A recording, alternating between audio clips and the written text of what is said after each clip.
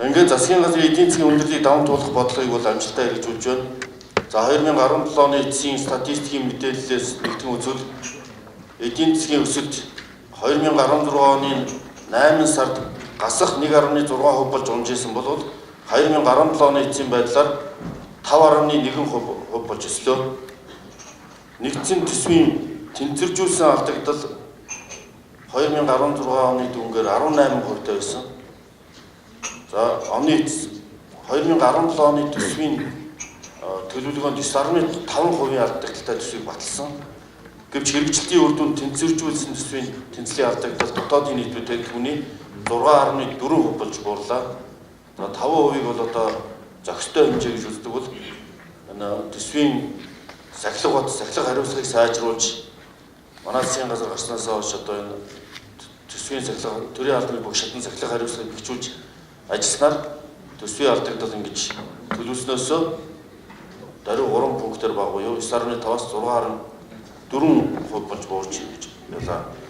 За мөн 2017 он төрийн өмчийн хууль этгээдүүдийн төрийн өмчийн компаниудын өргөө задлыг бууруулах, хөрөнгө оруулалтыг оновчтой ярих, дэвчиж болох зардуудыг бүрэн зогсоох, компани удирдлагын цалин үе шатаагаар бууруулж, тендер худалдаа авалтыг ил тод нээлттэй захин хэлбэр шилжүүлэх зэргээр хяналт тавьж, за сахилга хариуцлагыг бэхжүүлж ажилласны үр дүнд төрийн өмчт компаниудын өр ашиг үлэмж хэмжээгээр дэвшлээ. 2016 оны эцсийн байдлаар төрийн өмчийн компаниуд нийлбэр дүнгээрээ 379 тэрбум төгрөгийн алдагдaltaй ажиллаж исэн бол 2017 оны эцэст 859 тэрбум төгрөгийн цэвэр ашигтай ажилласан байна. За ахмад насны тухай хуулийг баталж ахмадуудаа жилд 2 удаа 500-аас 500 мянган төгрөгийн насны хишиг олгож эхэлсэн. Тэтгэврийн зээлийн хөө 18% байсныг 15% болгож 3%-аар буурууллаа. Цалинтай ээж хөтөлбөр хэрэгж эхэллээ.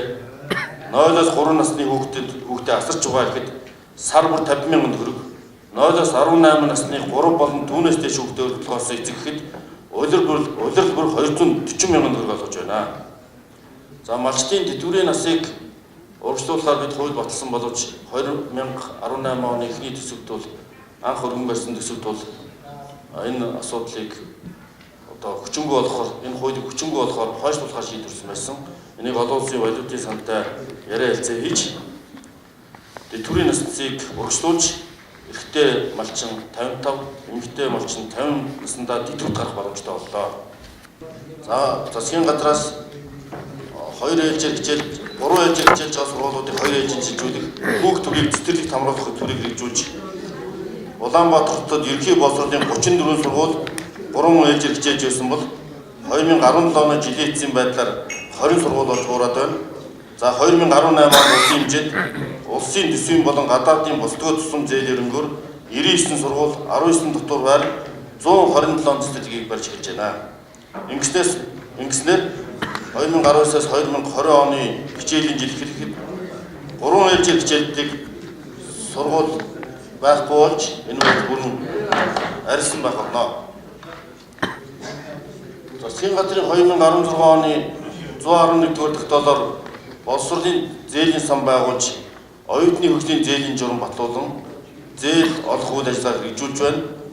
Оюутны зээлийн их усүрийн санхүүжилтэнд 2016 онд 64.8 тэрбум төгрөг, 2017 онд нийт 90 тэрбум төгрөг батлан хэрэгжүүлж байна. За оюутны зээлийн хөгжлийн зээлийн журам бол хүндрэлтэй байсныг хялбарчилж 2018 оны 1-р улиралд шинжилэн баталснаар оюутнуудын хамаг хүрээг хүрэгдүүлэх болцоотой болсон.